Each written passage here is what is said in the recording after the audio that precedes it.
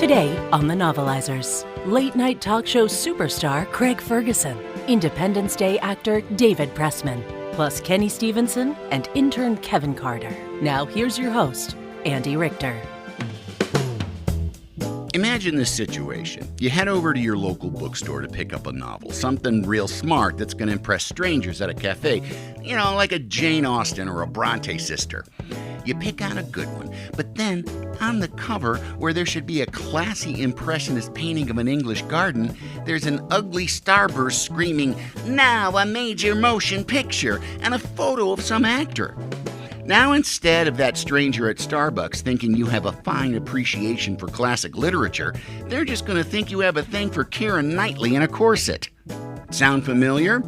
Every year, Hollywood turns dozens of old books into movies. It's a lot like trying to dress up your grandpa in tight leather pants and a Bitcoin t-shirt.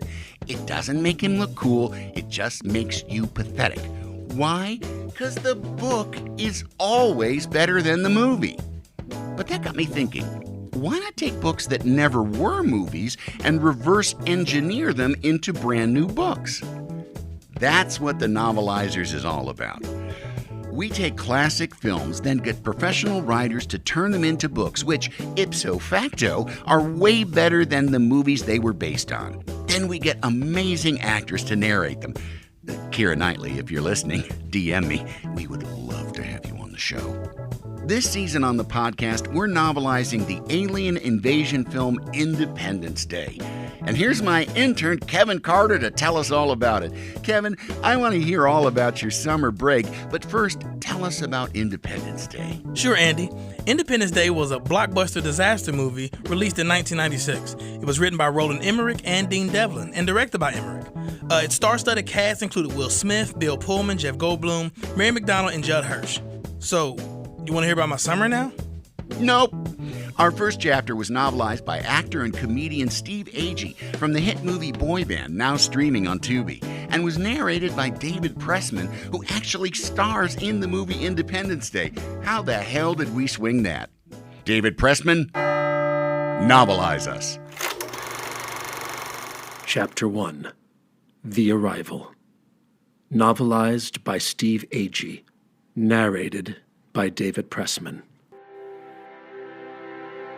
July 2nd, 1996. The American flag sits planted on the moon untouched for 27 years.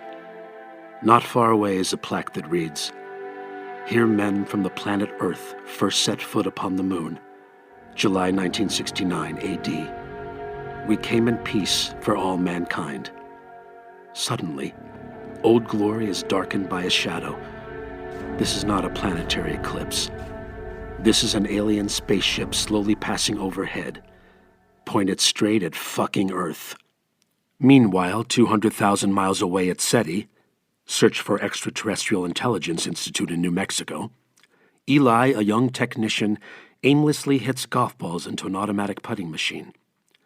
It's the middle of the night and he's listening to something by REM because he's 25 years old and all his Sleater Kinney CDs were stolen out of his desk a month earlier.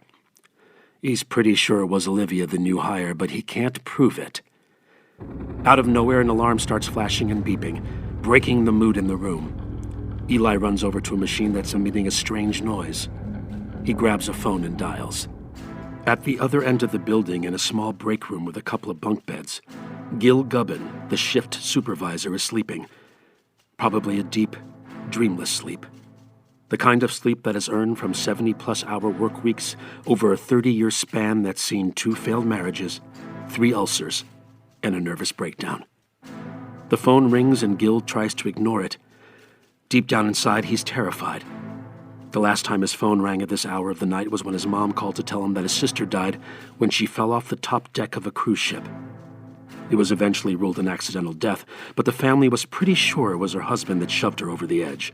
Either way, it's safe to say cruises are fucking horrible and nobody should go on one. Gil reluctantly answers the phone. "Yeah." Eli, on the other end of the line, excitedly says, "You need to hear this, sir." He puts his phone up to the machine that's been making the strange noise. Shocked, Gil shoots straight up in his bed, hitting his head on the top bunk so hard he almost passes out. He hasn't experienced head trauma like this since being the victim of a home invasion robbery in 1987. He throws on a robe and heads for the computer room. By the time he gets there, the room is buzzing with activity. "This better not be another Russian spy probe," he says. Gabriel, the office intern, assures him the boys at air traffic control have confirmed that the skies are clear. Eli is giddy. "It's the real thing. A radio signal from another world. This might be the first step in my dream becoming a reality. I'm this much closer to someday having sex with an alien." "Get on the horn with Space Command. They're going to want to hear about this," says Gil as he trips over Eli's poorly placed automatic putting machine. "What the fuck? Where'd I tell you idiots about playing golf in the control room?" You see, Gil hated golf ever since he was a young boy. His father's love of the sport far outweighed his love for his son, and the rest of the family for that matter. In 1964, his father had a heart attack on the 15th hole while Gil was simultaneously graduating from high school. So yeah, you could say that Gil hated golf. And cruises. And home invasion robberies. His attention is quickly diverted from the putting machine when another tech speaks up. "Well, this can't be right. The sound isn't coming from deep space. It's close, like really close," said the tech over the click-clack of her Dell computer. "In fact, it's coming from the moon." Later, at Space Command, a division of the Pentagon, General Gray, a grizzled, no-nonsense stick-in-the-mud, and Colonel Benton, his top advisor, are walking the halls. "Does anyone else know about this?" barks the general. "Does anyone know about Space Command?" "No, sir. In fact, this is literally the first time we've had anything to do." "No, you fucking idiot! Does anybody else know about the anomaly above the moon?" snaps the general. "Yeah, only SETI, sir, but those fucking idiots smoke weed, so they'll probably have forgotten about this by tomorrow." They enter some sort of control room, and Benton is handed a printout with an infrared image on it. As he spreads the image out on a desk, he continues. "Whatever this is, General, we estimate that it's about a fourth the size of the moon." General Gray is having trouble wrapping his head around this information. "I don't understand. What is it? A meteor? An asteroid?" Benton has to restrain himself. "A meteor? No, dog. This isn't a meteor or an asteroid." The general still doesn't get it. "Well, how do you know it's not a meteor?" "Because, sir, it's slowing down," says Benton. The general grabs a phone and dials. "Get me the Secretary of Defense." Meanwhile, in the master bedroom of the White House, President Whitmore sits in bed reading. Probably something important. Next to him, fast asleep, is his 8-year-old daughter, Patty. The phone rings. Hello?" says Whitmore. On the other end of the line is his wife, Marilyn, calling from the West Coast. "Hey, it's me." You're up late. What time is it there?" asked the president. "It's 2:45, and yes, I'm drunk. I've been in L.A. for 2 weeks, and you haven't once asked me why I'm here." The First Lady is pissed off. Her marriage has been falling apart since her husband's inauguration. President Whitmore tries to stop the conversation before it happens. Okay, I can't get into this with you right now. Our daughter is sleeping right next to me. She misses you." "Well, it's good to know that at least one person misses me. Let me talk to her." He hands the phone to the kid. "Patty, wake up, it's your mom." The girl sits up, excited. "Hi, Mommy. Daddy let me sleep in your room last night. I even got to watch Letterman. One of his guests jumped on the desk and showed him her boobs." The First Lady is not amused. "Oh, yeah, I heard about that. Drew Barrymore, total floozy." While his daughter and wife continue talking, the president walks out of the room past a television as a news anchor is coincidentally talking about how low the commander-in-chief's approval rating has fallen. In the hallway, he's joined by the White House Communications Director, Constance Spano. She's holding a copy of USA Today. There's concern in her voice. Well, you're pretty unpopular right now. Half the country thinks you're too old and too compromising. Whitmore is wounded. As they arrive in the dining room, he pours some coffee. Too old? I'm 42. I'm the fucking youngest president in U.S. history. I don't get it. I'm a nice guy, right? So why does my wife and half the country hate my guts? Could things get any worse? The president's aide, Dennis de la Jones, enters. Sir, the Secretary of State is on the phone. To look at Dennis, one would assume he was a straight shooter with young Republican written all over his face. A classic boy next door, Johnny USA, a real everyman. But the reality couldn't have been further from that. You see, Dennis was a Russian asset. He'd been turned by the Ruskies 2 years ago, and in 1 week's time he was going to carry out his assignment. Dennis was going to assassinate President Whitmore. Unless something came up to derail that plan. Thank you, Dennis. You know, I don't say this enough, but without you, I don't think I could do my job. I really value everything you do for me, and I see you as more than just my aide. You're more like the son I never had. Starting next week, I'm giving you a raise. The president picks up the phone. Yes? After a long pause. I'm sorry, what the fuck did you just say? 45 miles above the Earth, a U.S. satellite crashes into the mysterious spacecraft. Wow, what a fantastic start to our new season. But movies take a lot more than A-list celebrities like Will Smith and David Pressman to get made. They also take hundreds of professionals working tirelessly behind the scenes to pull off that movie magic. That's why in each episode of the Novelizers, we'll meet one of those backstage wizards who brought Independence Day to life. But since, they're not A-list celebrities, I'm just going to have my intern Kevin interview them. Kevin, who did you talk to today? Thanks, Andy. Kevin Carter here, and I'm with Kenny Stevenson, who was the wrangler for Jeff Goldblum on the movie Independence Day. Kenny, how's it going today?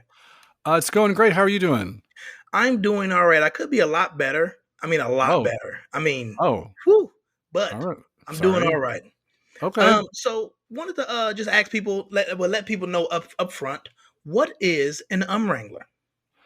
So what the work that I do, I work in what's called vocal disfluencies, and that is ahs, things that we use to fill sentences. Oftentimes it's usually, especially in the world of acting, it's we're searching for a word. And a lot of actors will, as they're trying to remember their lines, might throw in an or an ah. Some actors, as in the case with Jeff Goldblum, ums and ahs are a large part of kind of their standard operating. And if you let some of those actors keep all the ums and the ahs in, time is money on a film set, especially back on a movie like Independence Day, which was being shot on film. And, film costs money, and the more film that you're using costs more money. And you can't have somebody umming and ahhing too much, because it slows the whole process down. And so I'm there to kind of we don't want to lose the ums and ahs, because that's what makes Jeff Goldblum. Like, if you take the ums away from Jeff Goldblum, he's just Goldblum. So how did it work? How did it start working with Jeff Goldblum? Like, how did you get into a position where this is your job? This is what you do. I got the call to work with Jeff back on Transylvania 6-5000. Great shoot. I was a big Ed Begley Jr. fan, and, a young Gina Davis. They were dating, I believe, at the time. He had heard my reputation. They referred him to me, and then we connected there, and then just right away, a great rapport. And I've been working with him ever since, and it's been a wonderful, glorious ride to be able to work with Mr. Goldblum, or Jeff, as I call him. When you're working with him on set, getting him prepared to do his lines and everything like that, is there any type of training involved that comes with You know what I'm saying? Because I'm pretty sure it's not easy to not say when you're Jeff Goldblum. You know what I'm saying? So is there any training that gets involved with doing that? When we first started working together in Romania on the shoot of Transylvania 65000, I had done some research and learned that Jeff Goldblum was a big fan of the candies, the Bit-O Honeys. He's the only person. No, I've never, it's one of those candies you get on Halloween and you're like, thanks, person who gave me Bit-O Honeys. I'm going to go home and throw this in the garbage. But yeah, that's the candy of somebody that doesn't love you. Yes, Jeff Goldblum loves those. So I went and like cut them into little bite-sized pieces, and I had a little bag with me, and I had a little clicker, and we would go through his lines. And the first time through, I let him say as many ums and ahs as he wants to just get it all out of the system. And so he knows that, like, okay, that's what you want to do. Now let's talk about curbing this behavior a little bit. So then he starts. And then if he ums a little too much, I have a little clicker. I click 3 times. And then he does it. And if he does a little bit less, he gets a treat and he gets 3 clicks. And then you keep doing treat, click, treat, click. And then after a while, you just do the clicks. So, it gets to the point where we're on set and I just have to go click, click, click. And he knows that that's me telling him, hey, bud, it's time to scale it back a little bit. Okay. We're going a little too hard on the ums and ahs and the yas and, laughs. He likes to put laughs into lines that aren't necessarily funny. Exactly. And that's good to know for me, you know what I'm saying? Because I don't know if I told you or not, you know what I'm saying? It's going around Hollywood a lot. I'm writing a screenplay, and good for you. Yeah. And my idea is to have Jeff Goldblum star in it, if not star in it, at least he's in it, and I wrote a couple ums. If he gets a script and there's no ums, you got to convince him a little bit that like why they want him for this. And, is he really a good fit for this part? But you put the ums in there. He's like, oh, this is Jeff Goldblum in this part. He speaks in the third person too. So he's often saying his first and last name. That's good. And just to let you know, like I won't tell nobody else, you know what I'm saying? You can let them know the title, because I had him in mind. The title of the screenplay right now is called Ums the Word. So hopefully that doesn't throw him off. It's all about Jeff Goldblum. I mean, it sounds great. How was it being around all those superstars? I mean, it was star-studded. They may not have been stars back then per se, but now, it's star-studded. So let's go with star-studded then. How was it like being around all those famous people? Yeah, it was. There were some days where it was very intimidating. We got Bill Pullman over here, who I had just loved in Spaceballs, and to say that I was a Fresh Prince of Bel-Air fan would be an understatement. Like super fan. So it was, and I had all the DJ Jazzy Jeff and the Fresh Prince albums. So it took a lot on my end to not just come at Will Smith and just start giving lyrics to his songs at all times. But I'm a professional on set, so I was never going to do that. How was it when you received the call saying, hey, Independence Day, this is the movie, we need you there? How did that feel? I mean, it was a big deal, to be able to, like, this was not only is this going to be a big movie with big stars in it, but this is going to be, they were targeting, it's named Independence Day. This was supposed to be a big summer blockbuster. And, you dream to be, I keep talking about dreams. There's so much of, cause Hollywood is so magical. It's a dream. It's a goal when you work in this industry to work on a big, summer movie. Like, so many people are going to see this movie and are going to see my work. So many people are going to see how, even though it doesn't seem like Jeff Goldblum has curbed the amount of ums in this movie, just to know that, like, guys, if you really saw how many ums he could have done in this scene, yeah, you would be really, you could take in the work that I did. But that's, it's a thankless job that I do. I know my job, when I'm doing my job right, you can't tell that I'm doing it. I want to thank you for that, sir. Oh, this has just been an absolute pleasure. Thank you so much for having me. Not a problem. So thanks to Kenny here. I've been Kevin Carter. Please enjoy the rest of the podcast. Great stuff. Our next chapter was novelized by Liz Lent and narrated by Peabody Award-winning talk show host Craig Ferguson, who you can catch on the new podcast Joy, a podcast from iHeart Podcasts. Did I mention it's a podcast? Anyway, Craig Ferguson, Novelizers. Chapter 2, in which Jeff Goldblum rides his bike like a boss and Earth is invaded by 15-mile-wide space cookies. Novelized by Liz Lent, narrated by Craig Ferguson. Just when you thought Jeff Goldblum would never, and indeed could never, top his head-turning role of buff, blue-furred alien in the 1988 cinematic masterpiece Earth Girls Are Easy, here he is again in yet another movie about aliens. Sadly for Jeff Goldblum, and I guess the audience, this movie has way fewer sex scenes with Geena Davis, but way more drunk scenes with Randy Quaid. This seems like a bad trade-off. But shh, don't tell Jeff. He doesn't know any of this yet. The poor guy just got here, and he's focused on playing chess in the park with his dad, that guy from the TV show Taxi, whose name I always forget, and who I literally only know as that guy from the TV show Taxi. None of you will remember this show because you are mere babies, little tiny babies who know nothing about 1970s TV shows and how we had to watch them submerged in 12-inch deep shag carpet that was filled with cigarette butts, well-thumbed copies of Reader's Digest, and the dried tears of women striving for equal rights. Anyway, where were we? Ah, yes. In a park playing chess with Jeff Goldblum, whose name is David in this movie, by the way. And the guy from Taxi is playing his dad, a fellow named Julius, who's wearing a nice warm cardigan on a sweltering July morning in New York City. Julius is complaining vehemently to David about how long David is taking to make his move.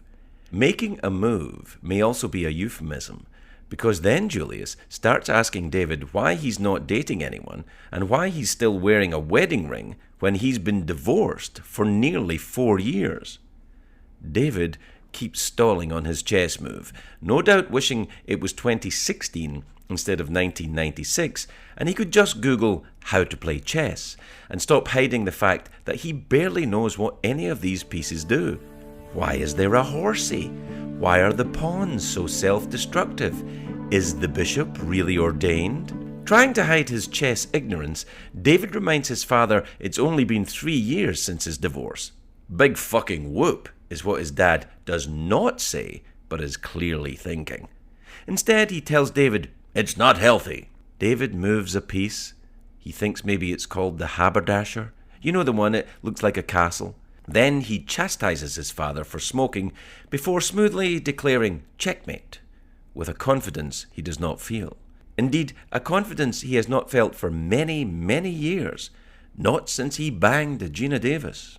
David gets up and gives his dad a kiss on the cheek as the older man tries to figure out how his son cheated, and then David rides off on his bike towards his next adventure, which probably isn't anything too exciting and most likely doesn't involve aliens or even Will Smith. Now we're in the middle of a very busy room with lots of desks and a ton of TV screens on the wall. The screens are all in varying stages of scrambly static. There's hubbub everywhere I tell you. Phones are ringing, people are running around, it's chaos. There's a fellow on the phone who's been working so hard he hasn't even eaten half of the bagel sitting on the desk in front of him, poor thing.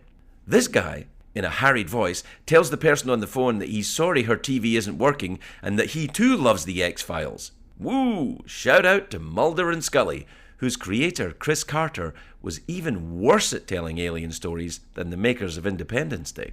David rides in on his bike, which is confusing because is his office on the first floor? Or did he ride into the lobby of the building, then ride his bike into the elevator, then sit on the bike while inside the elevator, and then ride his bike off the elevator? Or was he an even bigger dick than that and walk his bike into the elevator, stand in the elevator pretending to be a normal human, and then get back on the bike and ride it 10 feet into the office? Either way, I think we're getting to the heart of why David hasn't dated for 4 years. David's co-worker, played by Harvey Fierstein, chases after him, asking why he didn't answer his calls. Elevator bike riding David tells him he ignored them and asks what all the hullabaloo is about anyway. Harvey tells him that all the stations have gone berserk with snow and static everywhere, which he could have seen on the giant wall of screens he just rolled past. Good Lord, David. Harvey tells him they've been getting tons of calls and they can't seem to find the problem. David, meanwhile, caring not a whit about his job, is instead outraged at the disorganized and frankly disrespectful state of the recycling bins. He's picking out plastics, tossing aside cans, just really digging right into that trash like a fevered raccoon. And again, we're getting a lot of clues regarding David's woeful dating status right here. With the plastics, cans and papers finally nestled in their respective bins, David finally cares enough about his job to ask Harvey if he's tried switching transponder channels. Harvey huffs at him. Would I be this upset if it was something simple? David asks about switching to another satellite. Harvey says portentously, It's almost as if they weren't there. What? No way. Harvey, what are you saying? David picks up a piece of paper, frowns at it, and declares, It's impossible. Oh, David, in Independence Day, anything is possible because of July 4th and because of America. Amen. Another foreshadow comes barreling onto the screen as some kid who's totally not related to David and frankly appears to be in a whole other part of the country pounds on his little tabletop TV trying to watch the classic alien invasion film The Day the Earth Stood Still. The kid, who we'll just call poor man's Joseph Gordon-Levitt, announces to no one in particular, The signal's all screwed up. His older brother, the poor man's Keanu Reeves, tells him to knock it off before he breaks the TV. Their sister is also there, but is unconcerned because she is applying makeup. She's doing that because it's 1996 and she's a teenage girl, and that's really all the effort these writers were going to put into her character anyway. Suddenly a pickup truck comes flying down the road, and the driver, clearly auditioning for a totally different film, does an awesome Fast and Furious style slide into the driveway. Poor man's Keanu, okay, fine, his name is Miguel, steps out and says, Hey, to the angry driver. Angry driver shakes a whole bunch of dead carrots in Miguel's face, which I guess is how farmers communicate, and tells him that if his father's not in the air in 20 minutes, he's going to fire him. And frankly, he should fire him, because we're about to find out that Miguel's father is Randy Quaid, subject of Shakespeare's most famous rhyming couplet. When casting agents a train wreck need, they shalt call the Quaid to do the deed. But first, Miguel is riding his motorcycle down the dusty road in search of his dad, who we'll call Russell, because that's his name or something. Over Miguel's head, there's a biplane vrooming along, almost hitting a bunch of trees. Hundreds of gallons of toxic chemicals erupt from the plane's tummy, much as they do from Russell's each day. Russell and Gravity land the plane. Miguel pulls up on his bike as Russell drunkenly falls out of the plane. Miguel calls Russell an idiot, rightfully, and says Lucas's field is on the other side of town. Are you sure? Russell asks, taking another drink. This seems like very unsafe behavior, and frankly, I would not let this guy drive a fighter jet up the ass end of an alien spaceship. I'm just saying, in case it might come up at some point in the future. Maybe. Speaking of spaceships, look, there's one now. And it's coughing up a whole bunch of cool mini spaceships, all tumbling out into space toward a cute little planet I like to call Sally. It's also called Earth, but it looks like a Sally to me, so back off, Mr. Astrologer, what do you know? Now we're in the White House, headed towards the Oval Office, which many of you might not know is actually shaped like a bundt cake, and was designed by architect Arnold Bundt, who was also a butcher, a baker, and a big fan of riding horses backwards. A brunette lady, who I think is the president's communications officer, or paintball partner, or plays some other important role in the administration, is telling her colleagues that the White House's official position on all this mayhem is that they have no position at all. In the Oval Office, some dude says, Our satellites are mostly unreliable right now. Isn't it possible this thing could just pass us by? No, Glenn. There wouldn't be much of a movie then, would there? Jesus, think before you talk. Also, his name probably isn't Glenn, but I don't think he's going to be around long enough for us to care. Another middle-aged white dude, played by an actor who has been playing villains since I was 6 years old watching Guiding Light and getting a very weird education in romance, tells Glenn to shut the hell up. Except he uses the words, "What if it doesn't pass us by? Why don't we just target some ICBMs and blow it out of the sky?" Which is exactly the same solution he came up with on Guiding Light when Quentin McCord was cheating on his long-lost wife with an ingenue housekeeper named Nola. The ICBMs were an overreaction then, and they're an overreaction now, damn it. An army guy throws a little cold water logic on evil guy's suggestion and notes that they'll be turning one giant falling object into a whole bunch of them. Technically, General, the object is flying, not falling.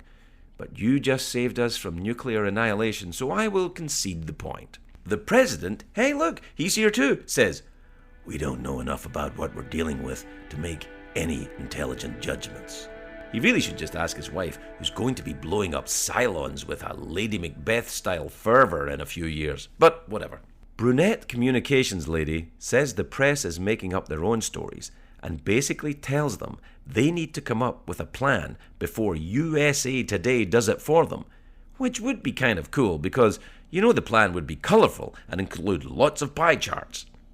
That's an old person's newspaper reference, by the way, still fresh as an unopened Twinkie. The president, ignoring women entirely, muses that they may need to upgrade to DEFCON 3, which was my absolute favourite of the DEFCON comedy jams. Evil politician guy practically wets himself with glee and tells the room to contact NORAD and tell them they've upgraded to DEFCON 3.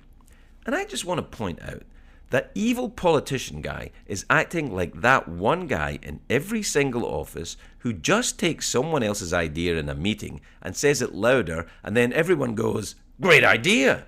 And it takes every ounce of self-control you have not to shiv him with a goddamn spork at the next company picnic. That guy is the worst. The worst. See, I said it louder to mock him. Smart army guy knows what I'm talking about because he's rolling his eyes right now and saying, "That's not what the president said." All the boys in the room start arguing, and one guy says, rather presciently, that more than 50% of the armed forces are out on leave for the holiday, which seems like bad planning. Shouldn't there be a calendar and everyone has to coordinate, and maybe some people get to go to the cookout, but others have to guard the country from aliens? I think Eisenhower had a calendar, and that's how they made sure everyone was around for D-Day, which otherwise was going to be a 3-day weekend for a lot of folks. Anyway, two new army guys march into the room and declare that the giant object, let's just call it a spaceship, shall we? I mean, who are we even kidding at this point? It's not a giant, buttery, delicious space cookie, which would be fantastic. No. It's just a dumb spaceship, and it's parked itself in a stationary orbit, and it's barfing up 15-mile wide pieces of itself. It's so disappointing. Evil politician guy asks where they are headed. Army guy, really intent on killing the vibe in the room, announces that they should be entering Sally's atmosphere within the next 25 minutes. Ruh-roh! One of these mini spaceships is making itself noticed in the northern deserts of Iraq, where the sky is turning gold and pink and red, and it's really like a cross between an Elton John concert and any random nightmare episode of HR Pufnstuf. People are running, which seems like a pretty fair response, as the spaceship emerges from the clouds. Inside a battleship, some Navy guys are fretting over a total radar blackout over a 13-kilometer area. But note that the infrared is working. Well, maybe you guys should have looked at that first, because there's a huge fucking red blob pulsating on that totally functional screen. Jeez! There is much more hubbub now in the Oval Office. Another military guy tells the president they now have 2 confirmed sightings, and someone else chirps up to say that one has been spotted off the coast of California, waking up Will Smith. As people with access to top-tier intelligence and information gathering tend to do, the group turns on the TV for a special report. There are some extraordinary events going on. The Bee Gees are getting back together. A cow was born with 2 heads, one at the front and one at the back end. Bobcat Goldthwait swallowed a lozenge and said, "Oh yes!" The world has erupted into mass hysteria because mysterious objects, for fuck's sake, they're spaceships already, are coming out of the sky. And these unexplained phenomena, which I guess was what we're calling spaceships these days, are headed straight for Moscow. Thank you, Craig. I still maintain that all Scottish people are just putting on that accent to sound cool. Well, that's all the novelizing we have time for today. Kevin, land this spaceship. Thanks, Andy. And thanks to this week's guest contributors, Steve Agee, David Pressman, Kenny Stevenson, Liz Lent, and Craig Ferguson. More info about all of our guests can be found in the show description. The Novelizers was created by Stephen Levinson, produced by Stephen, Chris Karwowski, Rob Cudner, and Suchetis Bokiel. Editing, mixing, and mastering by Chris. Improv booking by Christine Bullen. Music by Cole Emoff. Art direction by Crystal Dennis and illustrations by Barry Crane. Intro narration by Robin Reed. Interviews by me, Kevin Carter. Special thanks to Luke Dennis and Peter Hayes at White Soul Public Radio in Yellow Springs, Ohio. Check out thenovelizers.com for more info about the show and follow us on Instagram, Facebook, YouTube, Twitter, and occasionally TikTok. If you enjoy The Novelizers, please support us on Patreon or email thenovelizers@gmail.com to sponsor an episode. Till next time, I'm Kevin Carter, Novelizers out.